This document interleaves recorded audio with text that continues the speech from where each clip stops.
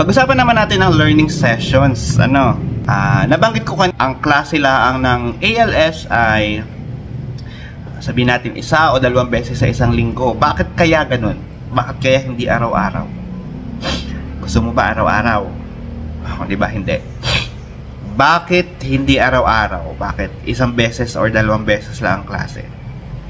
First is, karaniwan ng mga learners natin ay medyo may edad na, lampas na para dun sa school age.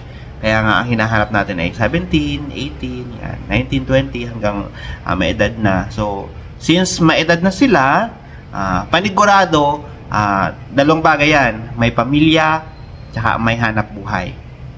So, nabanggit ko rin naman sa iba kong video na hindi natin kukunin ang buong linggo ng isang estudyante dahil mayroon siyang binubuhay. Kami na sa ALS ay katuwang nyo lang para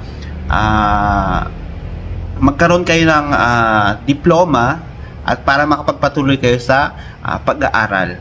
Since napahinto nga tayo ng pag-aaral dahil sa mga iba-ibang pangyayari sa buhay natin, hindi tayo makabalik dahil nga may ginagawa tayo pero gusto natin mag-aral, ALS po ang sagot doon. So, kaya lang, hindi namin kukunin yung buong 1 linggo nyo, yung buong 5 araw nyo ng pag-aaral dahil nga may hanap buhay, may pamilyang binubuhay.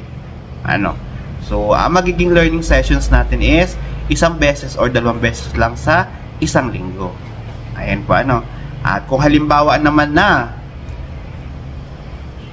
hindi pa rin natin magagawang pumasok, ay meron po tayong mga modules. Nabanggit ko na rin po yan sa ibang video na pwede po tayong kumuha ng module, yan, sagutan at ibalik kay teacher para po nalalaman namin kung may improvement or kung may progress po ang ating mga estudyante. Kasi po, ang lahat ng ibinabalik yung papel ay iniipon po natin yan para sa portfolio assessment.